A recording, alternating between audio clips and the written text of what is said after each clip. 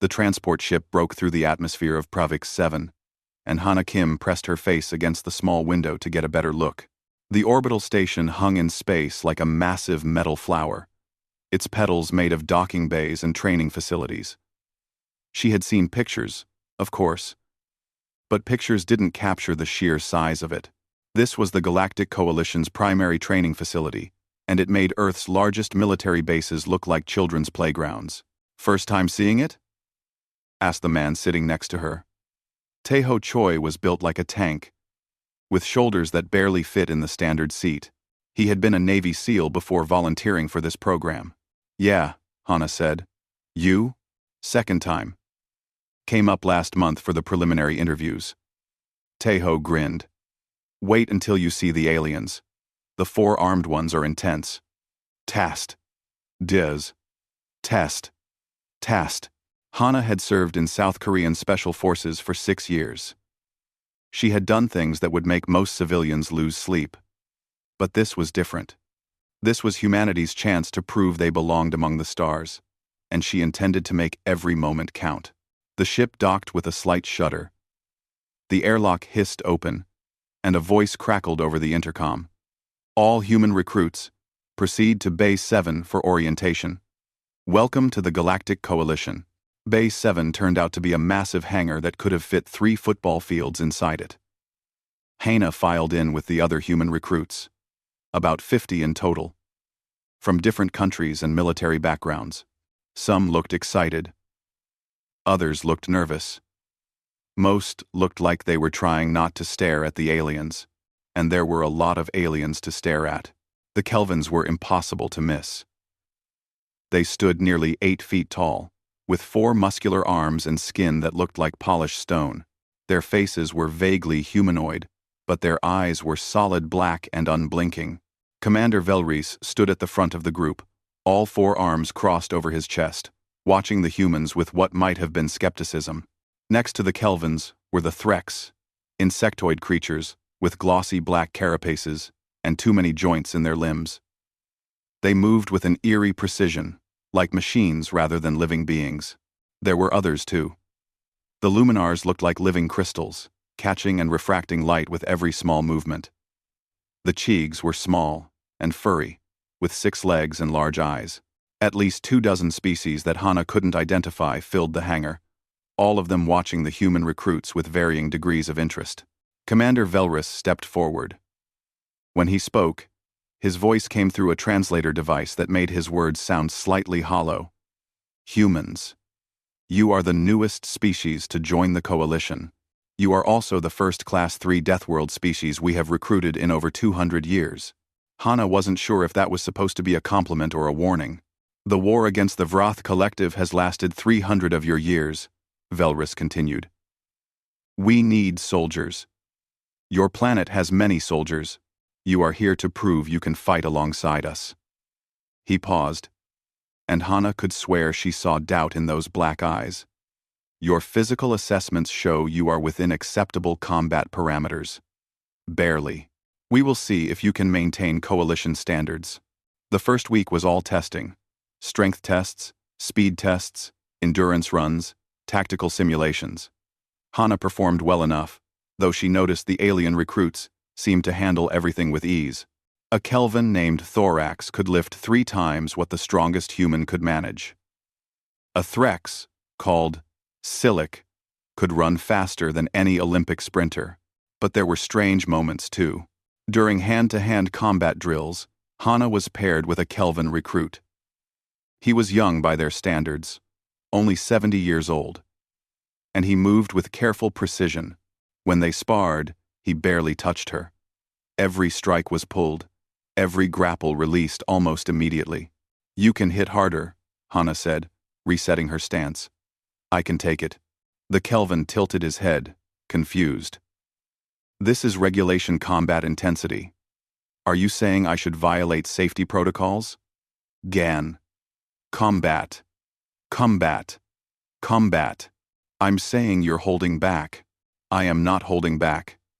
I am fighting at exactly 73% capacity, as required for training exercises." Hana frowned. 73%? In her old unit, training was at 90% minimum, sometimes higher if you really wanted to learn. Maybe coalition standards were just different. That night, in the barracks she shared with 5 other humans and a handful of aliens, Hana lay in her bunk and stared at the ceiling. The station maintained a perfect 22 degrees Celsius, with optimal humidity and air pressure. The lights dimmed on a precise 12-hour cycle. Meals were delivered at exact intervals, nutritionally balanced for each species. Everything was comfortable. Everything was controlled. Everything was safe. Gina Park, a combat medic who had served in the Korean military, occupied the bunk below Hana. "You awake?" she whispered. "Yeah. Does this feel too easy to you?" Hana had been thinking the same thing. "Yeah, it does. The alien recruits act like this is hard, though. Did you see that Threx during the endurance run? She was exhausted after 5 kilometers. 5 kilometers. Hana had done 20-kilometer runs in full gear on rocky terrain in the summer heat. 5 kilometers was a warm-up. Maybe they're just not used to physical training, Hana suggested, though she didn't really believe it. The next day brought more oddities. During a tactical simulation in a mock urban environment, Hana's mixed team of humans and aliens had to clear a building of practice drones. The temperature in the simulation was set to 15 degrees Celsius. Not cold by any reasonable standard, but the alien team members immediately requested thermal gear. "It's just 15 degrees, Tejo said, confused. "That's cool. Not cold." The Threx, Silic, stared at him. 15 degrees is below optimal operating temperature. Extended exposure could cause performance degradation. "It's 15 degrees, Tejo repeated. "I've operated in -20. Silic's translator made a sound that might have been disbelief. That would be fatal for most species. The simulation ran for 6 hours. It was designed to test tactical thinking, team coordination, and sustained performance. For the alien recruits, it was clearly pushing their limits. They requested breaks. They rotated positions to avoid fatigue. They communicated constantly about their physical status. The humans just got the job done. Hana noticed Commander Velris watching from the observation deck. All 4 of his arms were folded, and he appeared to be taking notes on a digital display. She wondered what he was writing. Probably that humans were adequate, unremarkable, nothing special. On the 7th day, Hana was assigned to maintenance duty with Silic. The Threx had become something of a friend, in the way that shared suffering creates friendship. They were cleaning equipment in one of the storage bays when Hana decided to ask the question that had been bothering her. "Silic, why does everyone pull their punches during combat training?" The Threx paused in her cleaning, her compound eyes reflecting the overhead lights. "Pull?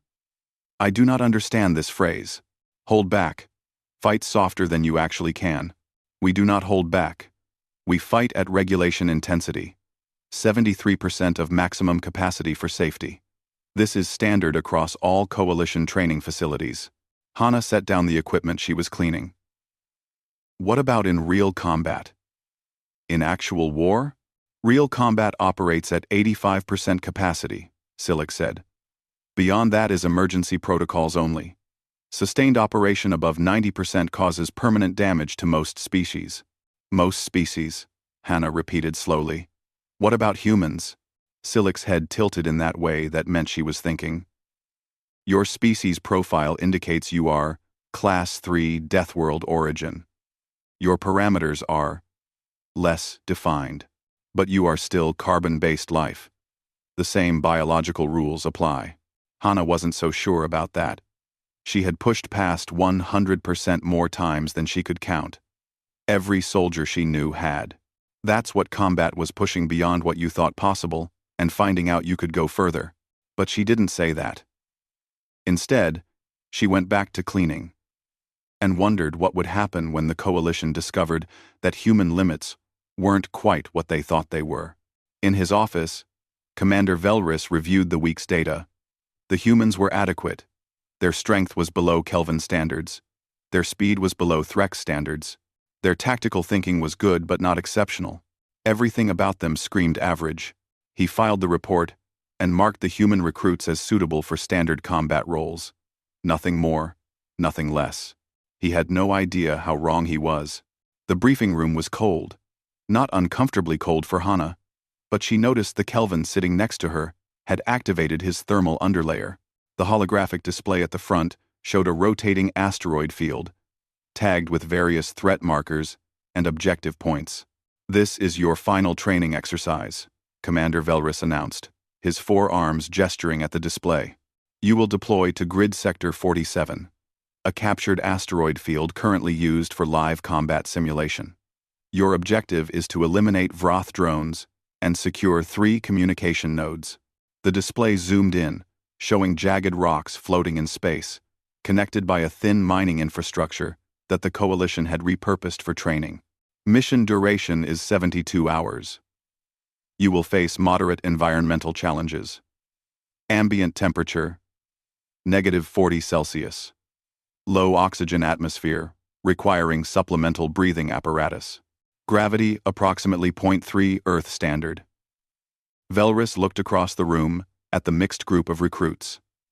This is considered a moderate threat environment, suitable for final week trainees. Questions? A Luminar recruit raised a crystalline appendage.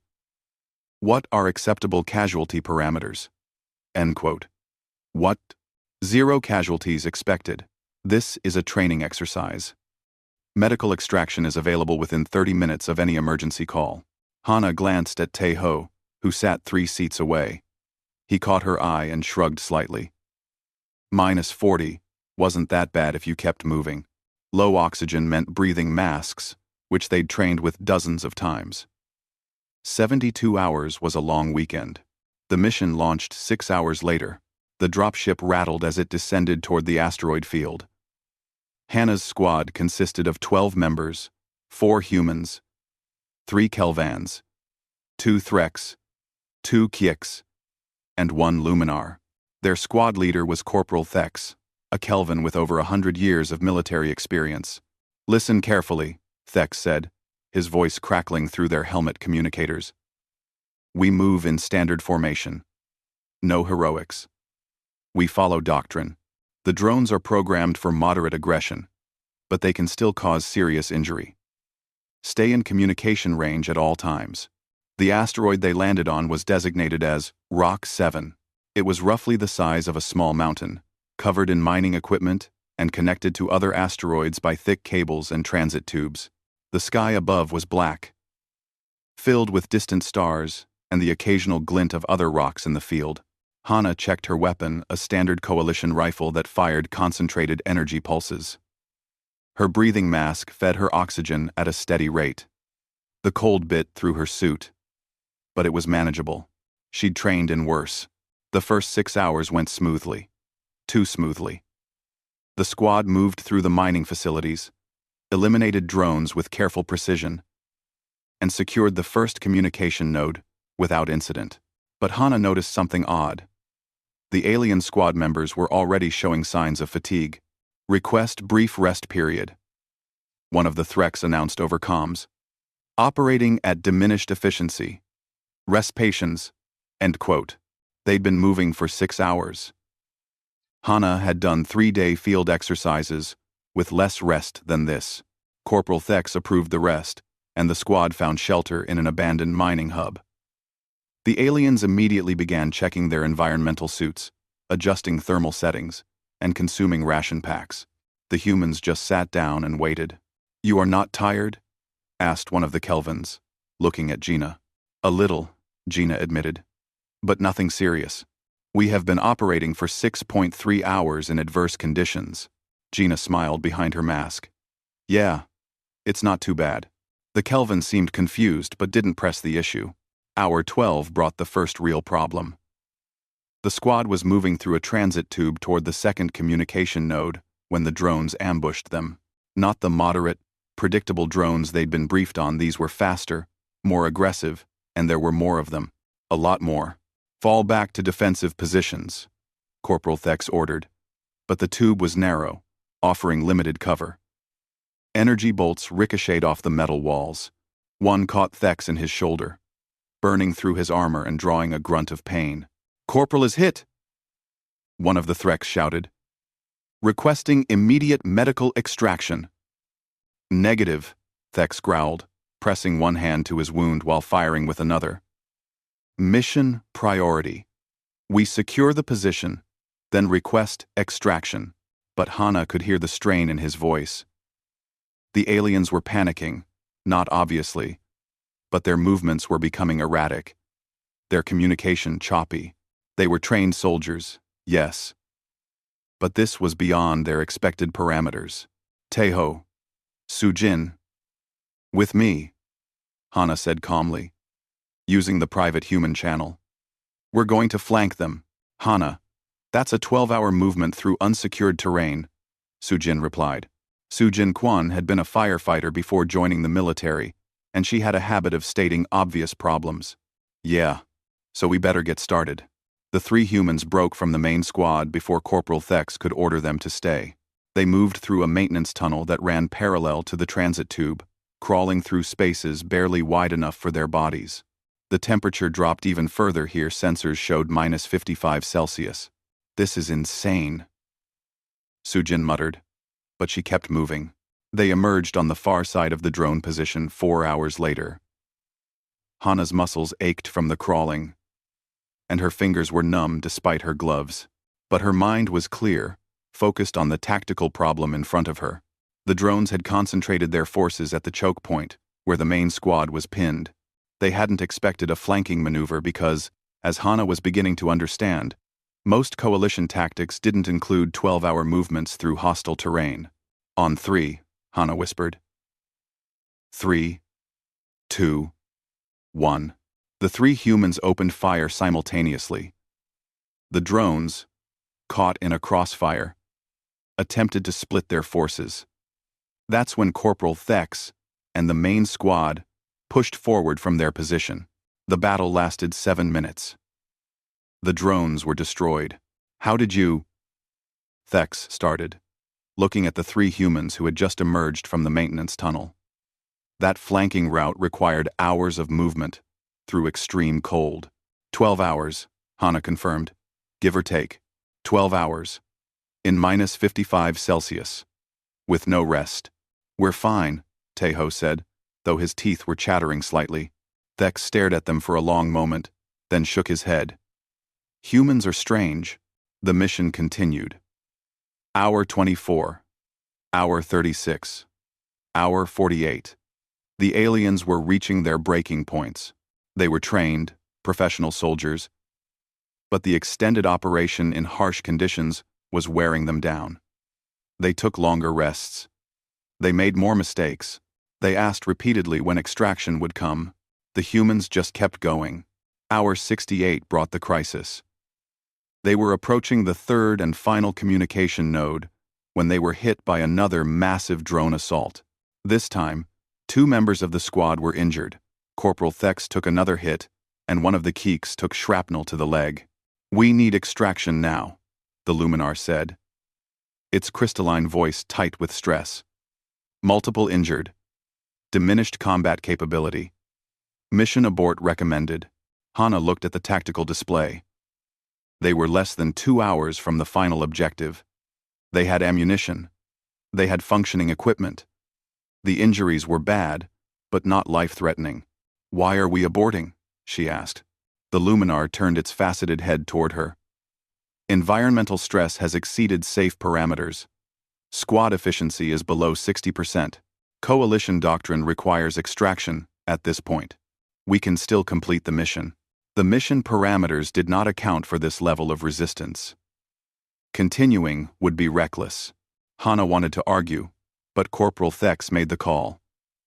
"Requesting emergency extraction. Mission incomplete, but squad preservation is priority." Then the extraction call was denied. A mechanical voice came over the comms. "Negative on extraction. Heavy solar activity in sector. Extraction unavailable for minimum 12 hours. Recommend finding shelter and holding position." The squad found an abandoned processing facility and set up defensive positions. The aliens were exhausted, truly exhausted, in a way that Hana recognized as dangerous. They needed rest. They needed treatment. They needed this nightmare to end. The humans needed none of those things, but they pretended to rest so the aliens wouldn't feel worse. Hour 70 brought the final assault. Drones, apparently programmed to finish off stranded squads, attacked the facility in waves. The aliens fought as best they could, but they were operating on fumes. Hana found herself holding an entire corridor alone for 3 hours. Her heart hammered in her chest. Her muscles screamed. Her breath came in ragged gasps through the oxygen mask. But she didn't stop. She couldn't stop. Stopping meant dying, and she wasn't ready to die yet. That's when the alarms started. Loud, blaring, station-wide alarms that cut through every communication channel. Warning. Human. Recruit 047 exceeds combat parameters. Critical biological readings. Medical emergency protocols. Initiated. Hana paused mid-reload, confused. That was her designation. 047. A voice crackled over her helmet speaker, Commander Velrus himself. Recruit Hana Kim. Your biometric readings are in critical zones. Heart rate over 180 BPM, sustained for 4 hours. Core temperature dropping to dangerous levels. Blood chemistry showing toxic stress hormone levels. You are ordered to cease combat operations immediately. Hana looked down the corridor. Drones were still coming. Her squad still needed her. She keyed her communicator and asked, genuinely confused, "Is that bad?" There was a long silence. Then Velrus, his voice, strange and tight, said, "Stop fighting. That is a direct order. You are dying." Hana thought about that. She didn't feel like she was dying. She felt tired, sure. In pain, definitely. But dying? No. Dying felt different. She'd been closer to death before. "I'm okay, sir," she said. "I can keep going." Another pause. "How are you still conscious?" Hana didn't know how to answer that. So, she just went back to fighting. She held that corridor until extraction finally arrived, 6 hours later than promised. When the medical team reached her, they found her sitting against a wall, weapons still ready, surrounded by destroyed drones. "I'm fine," she told them, as they tried to put her on a stretcher. "Just tired." They sedated her. Not because she needed it medically, but because she wouldn't stop trying to return to active duty. In the medical bay, Commander Velrus stood over her unconscious form and stared at the biometric data. 4 hours at a heart rate that should have caused cardiac arrest. Core temperature that should have induced hypothermia. Stress hormones at levels considered fatal for every known species. And she had asked if it was bad. For the first time in his long military career, Commander Velrus felt genuine fear. Not of enemies, or war, or death. Fear of what humanity actually was. Hana woke up in a room made of white walls and soft lighting. Medical equipment surrounded her bed, displaying numbers and graphs that meant nothing to her. Her entire body ached, the kind of deep muscle soreness that came after extreme physical activity. But she'd felt worse after some training exercises back on Earth. A door hissed open, and a luminar entered. Its crystalline body caught the light, creating small rainbows on the walls. "Ah. You are conscious. Please remain still. We are still monitoring your vital signs." "How long was I out?" Hana asked. Her throat felt dry. 18 hours. We sedated you because you attempted to leave medical care 3 times while severely injured." "I wasn't that injured." The luminar made a sound like wind chimes clashing. It might have been laughter. "Human Hana Kim, you fought for 17 hours straight with a broken rib. You lost enough blood to render most species unconscious. Your body was simultaneously shutting down non-essential systems while maintaining combat effectiveness. This is not normal." The door opened again, and Commander Velrus entered, followed by another alien Hana didn't recognize. This one looked like living glass, a luminar. But different. Taller. More complex in structure. It introduced itself through a translator as High Analyst Morith. "We need to talk about what happened," Velris said, pulling up a chair. All four of his arms were folded, and his black eyes were fixed on Hana with an intensity that made her uncomfortable. "Did I do something wrong, sir? Wrong?" "No." "Impossible?" "Yes." Velris activated a holographic display. "We are going to show you footage of your combat performance. I want you to explain what you were thinking." The footage began. Hana watched herself fight through the corridor, eliminating drones with quick, efficient movements. She didn't remember it being particularly difficult at the time. But watching it now, she could see the slight limp that indicated her broken rib. The way she favored one arm, after taking a hit, the moment where she stumbled and caught herself. "Hour 3, Morith said, freezing the image.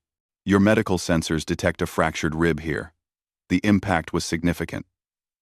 You see how you pause?" Hana watched her recorded self touch her side, wince, then continue fighting. "For most species, a broken rib requires immediate medical attention," Morith continued. "The pain alone would be debilitating. You continued for 14 more hours. Can you explain your reasoning?" "It hurt," Hana admitted. "But it wasn't that bad. I've trained with worse injuries before. You learn to compartmentalize the pain and focus on the mission." Velris leaned forward. "You have trained with broken bones before?"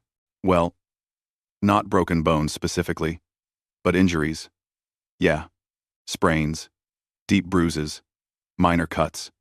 You can't always stop a training exercise just because something hurts." The two aliens exchanged a look that Hana couldn't interpret.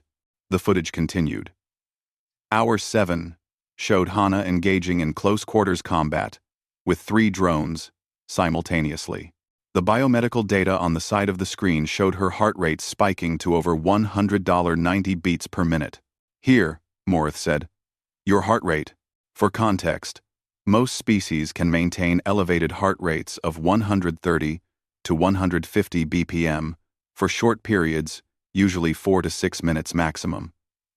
Beyond that, cardiac damage becomes likely. You maintained over 180 BPM for 4 consecutive hours." "I didn't know that was unusual," Hana said. "When you're fighting, your heart races. That's normal adrenaline response." "For 4 hours?" Velris asked. "If the fight lasts 4 hours, then yeah." Morith created a new display, a comparison chart of various species and their combat capabilities. "This is what we have learned," Hana Kim. "We tested humans incorrectly. Every species that joins the coalition undergoes assessment in standard comfortable conditions. 22 Celsius. Sea level atmospheric pressure. Optimal lighting. Well-rested subjects. Full nutrition." The display showed human scores average in strength compared to Kelvin's. Below average in speed compared to Threx. Decent in problem solving. These tests told us humans were Class 3 Deathworld species, but within acceptable combat ranges. Nothing exceptional. We were wrong. A new set of data appeared Hana's performance during the asteroid mission. "We didn't test you in your natural state. We tested you in your comfort zone. What we failed to understand is that humans don't have combat parameters in the way other species do. You have comfort zones and death zones, with very little in between." Hana frowned. "I don't understand." Velris stood and began pacing. "When I am comfortable, I operate at 100% efficiency. When conditions become difficult, cold, stress, fear, my efficiency drops to 80%, then 60, then 40. At 30%, my body begins shutting down to preserve life. This is normal. This is how biology works for every species we have encountered." He stopped and looked at Hana. "Except humans. You operate at 100% when comfortable, but when conditions become difficult, you do not drop to 80%. You maintain 95%.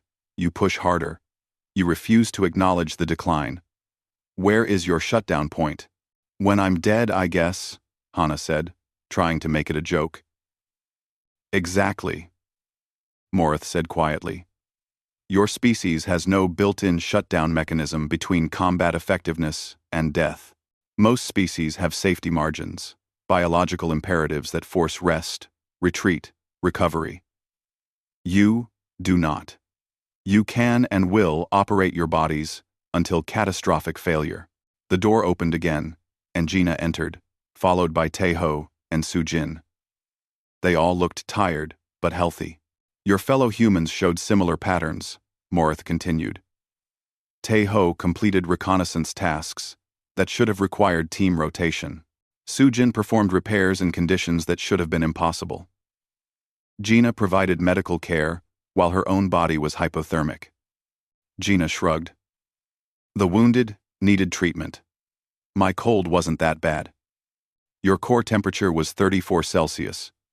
That is considered severe hypothermia. You should have been unconscious. I was a little slow, Gina admitted. But functional. Velrus sat back down heavily. This changes everything we thought we knew about human combat capability. You are not stronger than Kelvins. You are not faster than Threx. But you have something they do not. You can continue when continuation should be impossible. High Analyst Morith pulled up a new display star maps showing the current war with the Vrath Collective. Red zones indicated contested territory. There was a lot of red. The coalition has been fighting the Vrath for 300 years, Morith explained. We fight cleanly. When casualties reach 15%, we withdraw. When environmental conditions become suboptimal, we rotate troops. When supply lines are threatened, we fall back. This is logical. This is how you preserve forces and fight a sustainable war. But the Vrath have learned to exploit this, Velrus continued. They know our parameters. They know when we will withdraw. They attack our comfort zones because they know we will not sustain operations beyond them. Velrus. Velrus. Velrus. Taeho crossed his arms. And you think humans fight differently? I know humans fight differently. I watched 4 of you complete a mission that should have been aborted at hour 20. I watched you continue fighting when you should have been physically incapable of fighting. Velrus looked at each of them in turn. The question is, can all humans do this? Hana thought about her old unit, about training exercises in monsoon rains, about night operations on zero sleep, about the time her squad leader completed a mission with a collapsed lung because giving up wasn't an option. We don't like to quit, she said simply. Don't like to quit, Velrus repeated. You understand that most species have a biological imperative to quit when survival is threatened. It's not preference. It's built into our genetic code. 0%. Humans have survival instinct too, Gina said. We push through it. You train yourself to ignore the voice that says, stop. You learn that your body can go further than your mind thinks it can. Morith's crystalline structure seemed to shimmer with something that might have been excitement or fear. This is the key difference. Other species reach their limit and stop. Humans reach their limit and redefine what their limit is. This is not a physical advantage. This is psychological. This is cultural. This is trained behavior from a Deathworld species that learned survival means never giving up. Commander Velrus was quiet for a long moment. Then he asked the question that had clearly been bothering him. Hana Kim, when you were holding that corridor, when your biomedical alarms were screaming, when I told you that you were dying, what were you thinking? Hana tried to remember that moment clearly.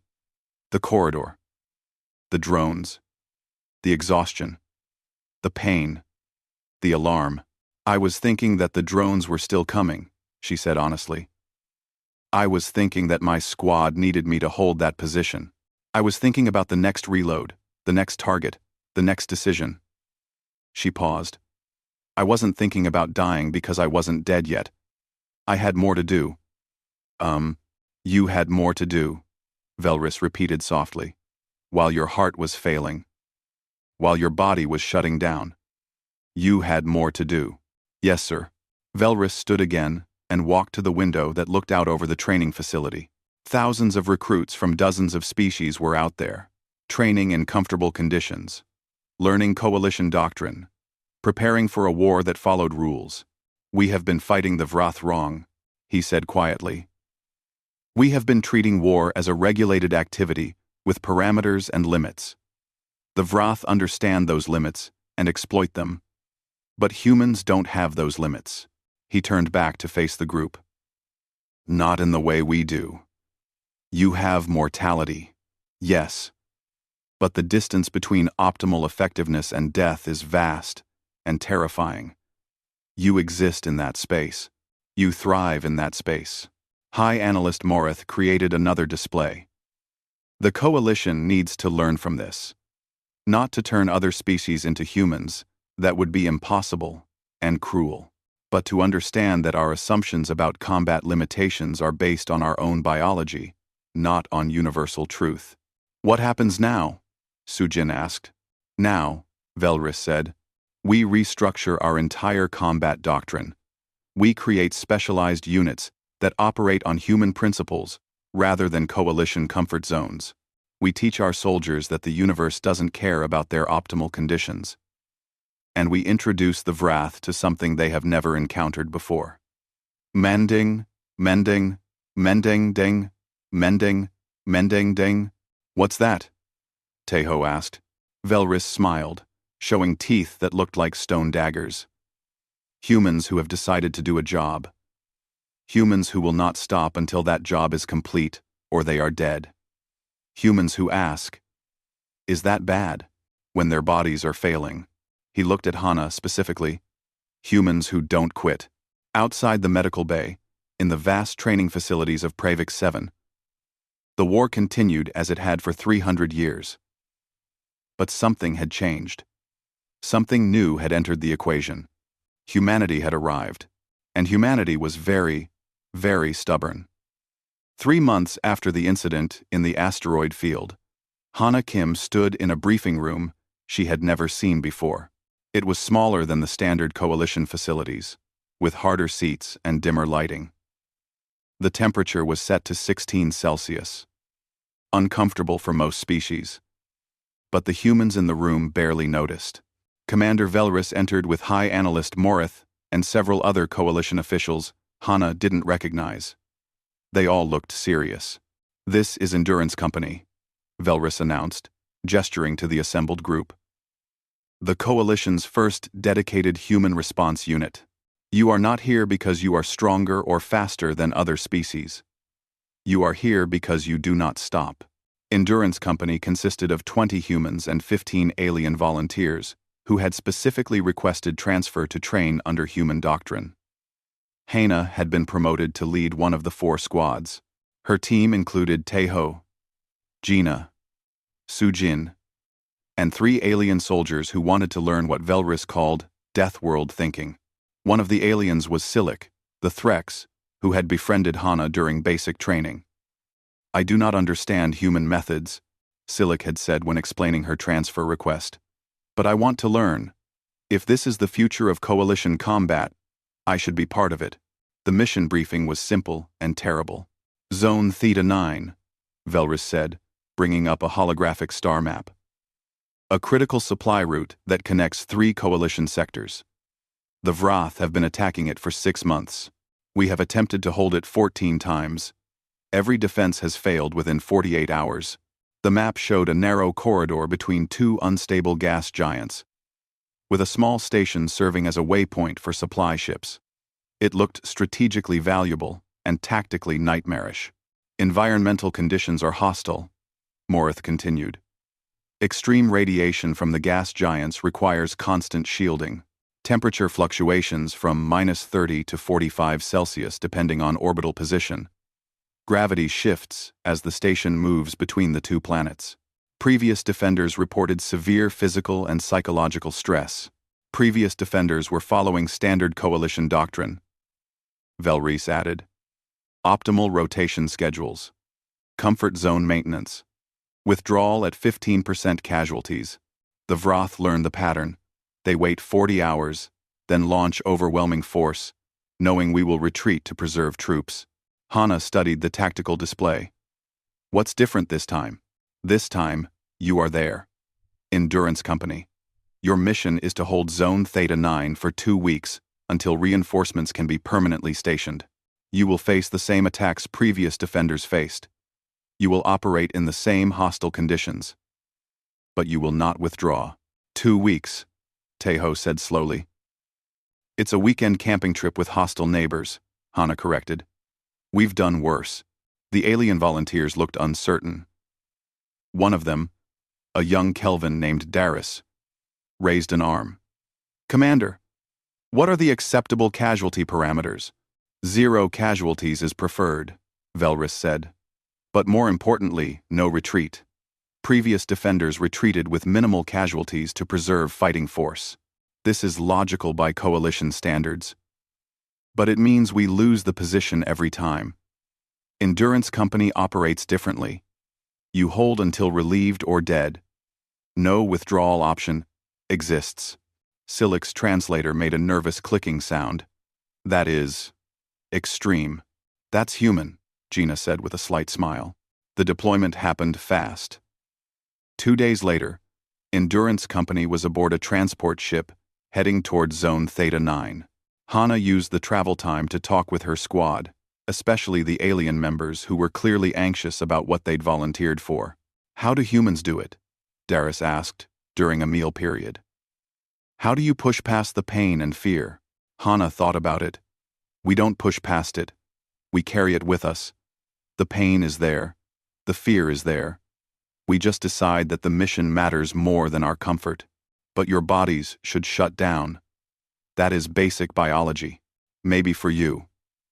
For humans, our bodies will keep going until they catastrophically fail. It's not healthy. It's not smart. But it's what we've got. Hana poked at her ration pack.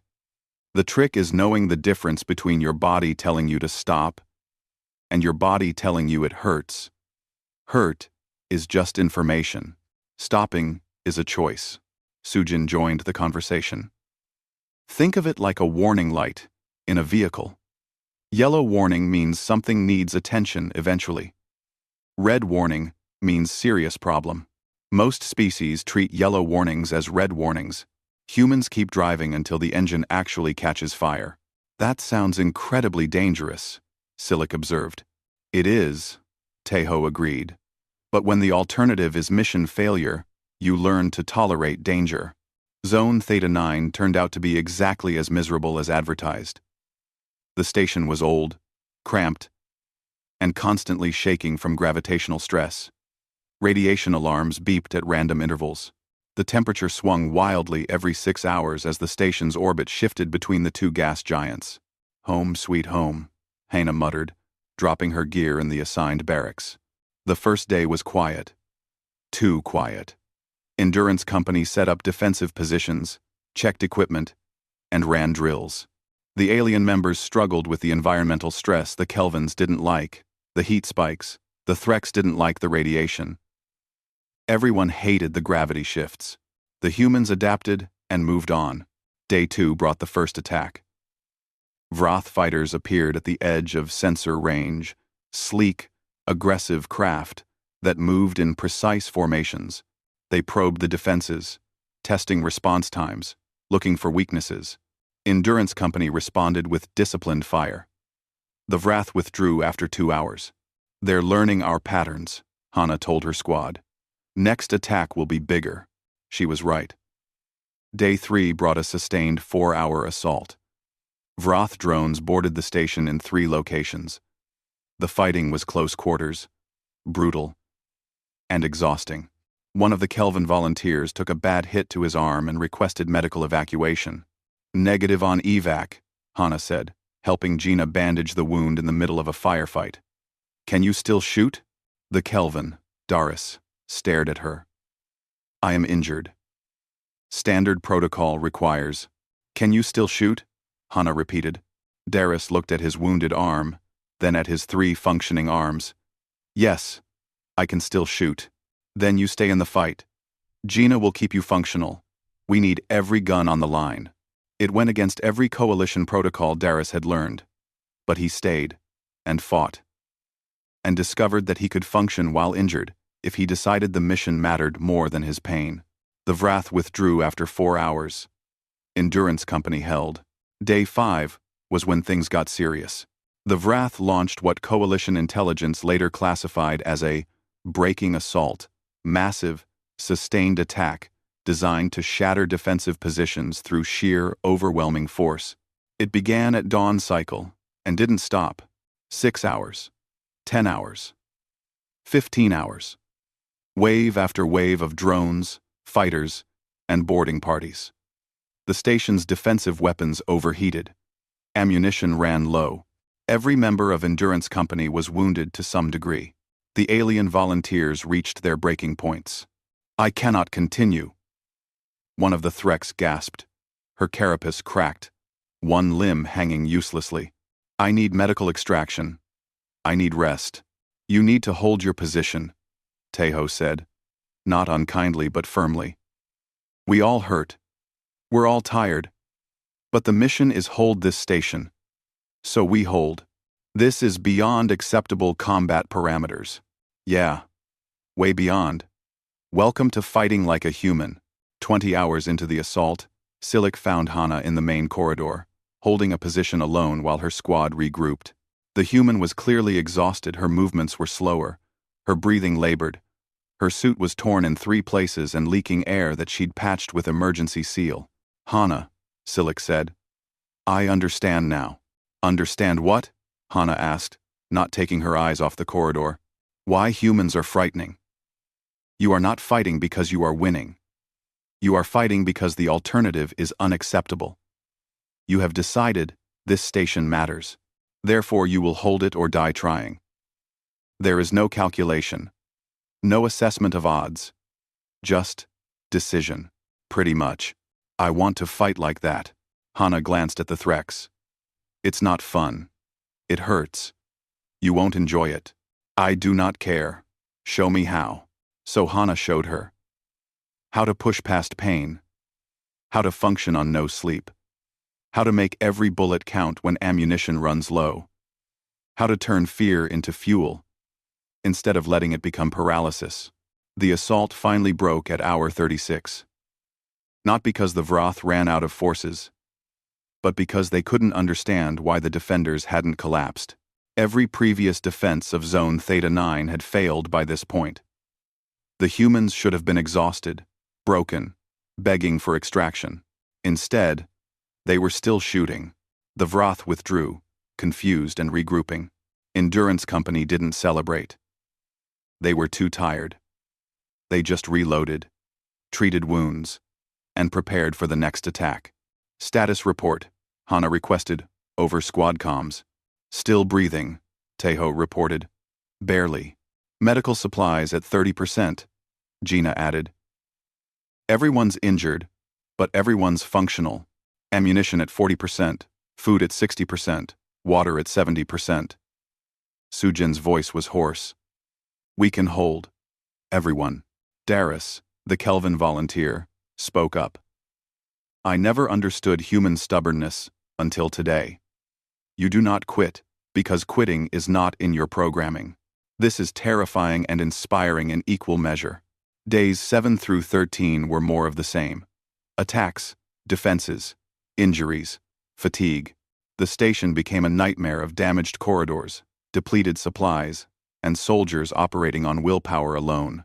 The alien volunteers learned what Velrus had tried to explain, that humans existed in a space between comfort and death that other species passed through quickly. And in that space, humans thrived in a horrible, magnificent way. Day 14. The reinforcements arrived. Fresh troops, full supplies, relief forces ready to take over the defense. They found Endurance Company still at their posts. Dirty, wounded, exhausted, unbroken. "How?" the relief commander asked, staring at Hana.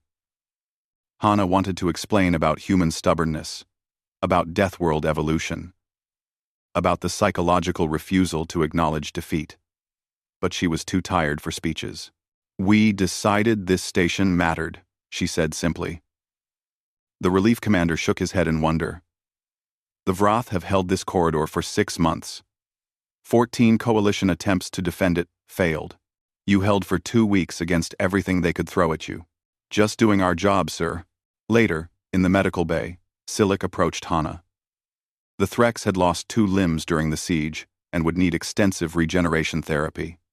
But she was alive, and she had held her position until the end. I have learned to fight like a human, Silic said. It is the most horrible and beautiful thing I have ever experienced.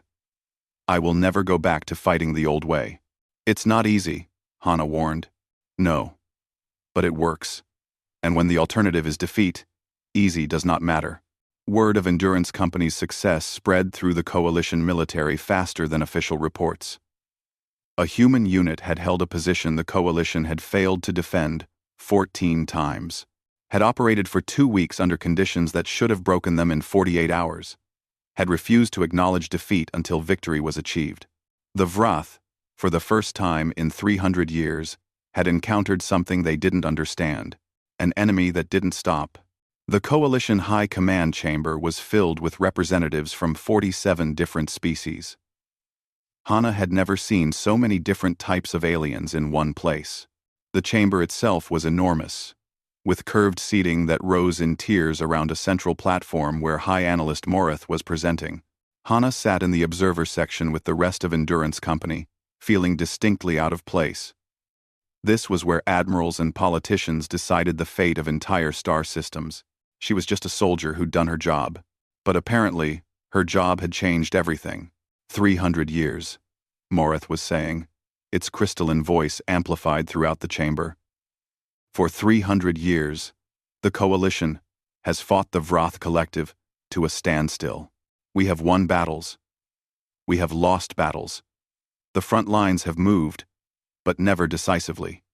We have treated this as normal, as the expected state of war between roughly equal forces.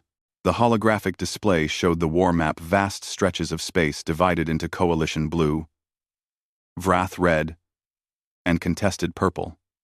There was a lot of purple. We were wrong, Morith continued.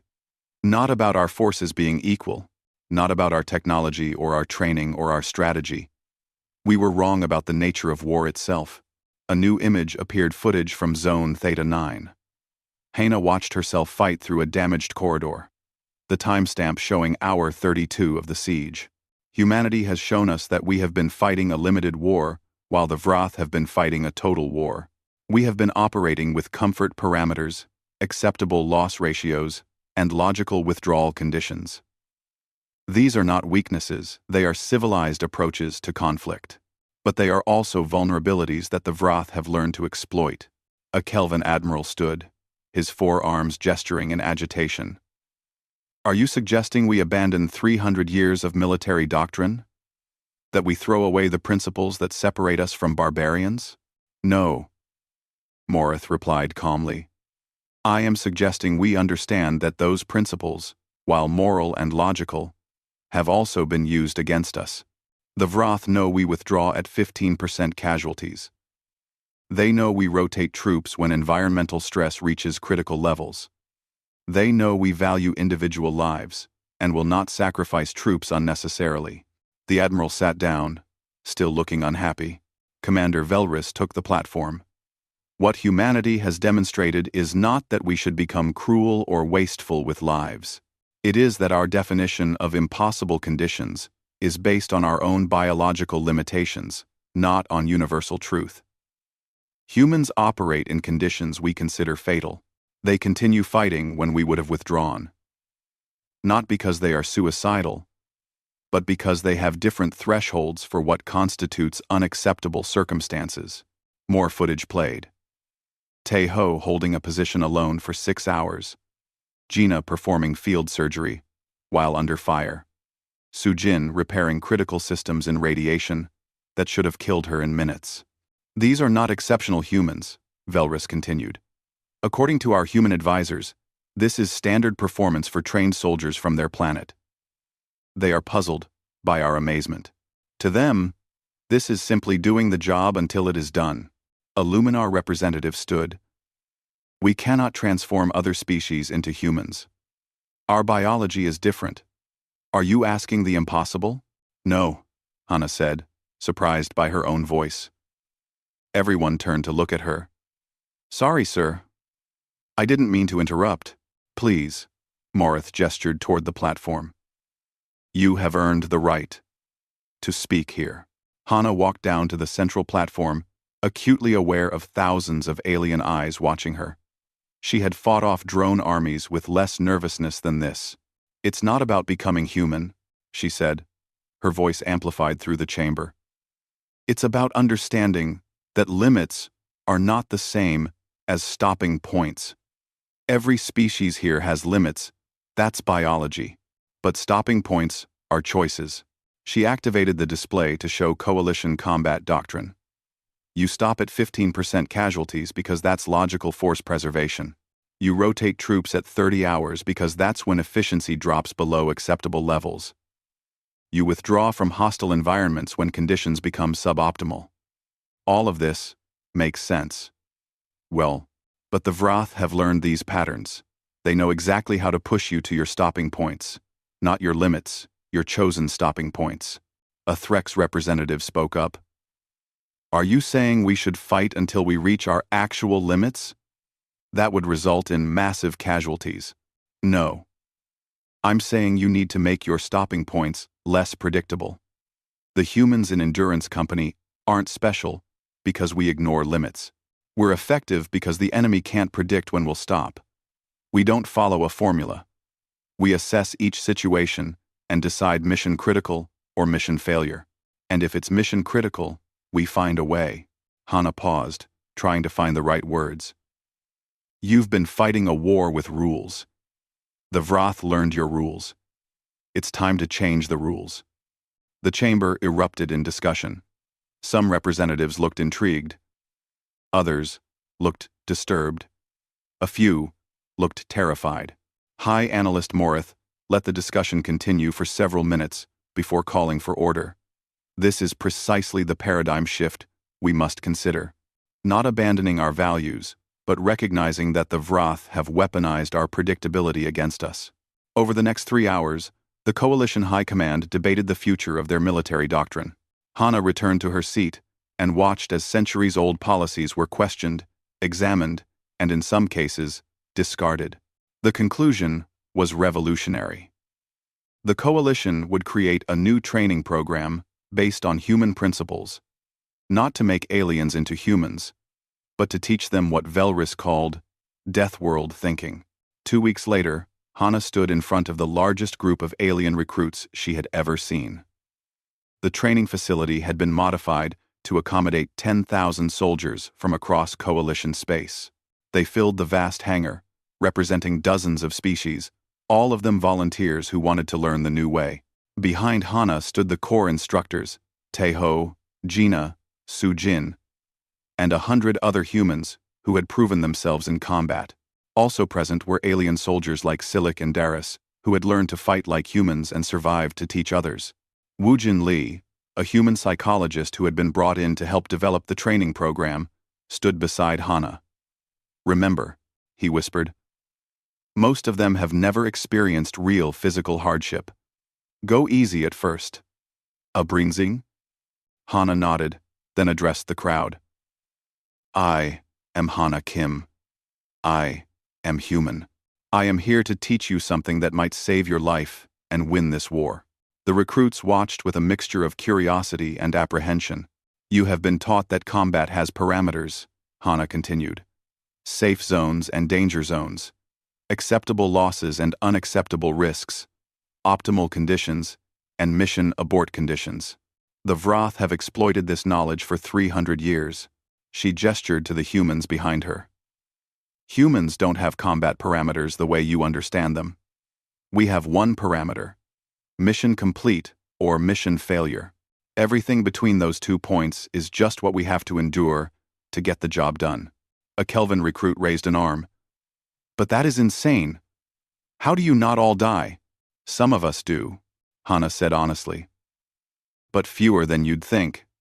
Because when you stop treating discomfort as a stopping point, you discover you can go much further than you believed possible. Behind her, the training zones activated. The temperature in the hangar began to drop. The lights dimmed. Alarm klaxons began their wail environmental warnings that would normally trigger evacuation protocols. The recruits shifted nervously. Several checked their environmental suits. A few looked toward the exits. Instructor Kim, a Threx recruit, called out, pointing at the flashing warning lights. The environmental alerts are active. Is that bad? Hana smiled. It was the same question she had asked months ago during her own training. The question that had started this entire revolution.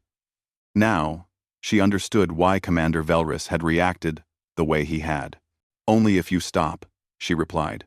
The temperature continued to drop. -5°C, -10, -15.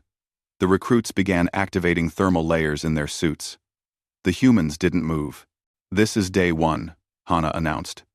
Today, you will learn the difference between discomfort and danger.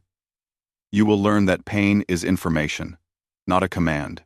You will learn that your body's request to stop is not the same as your body's inability to continue.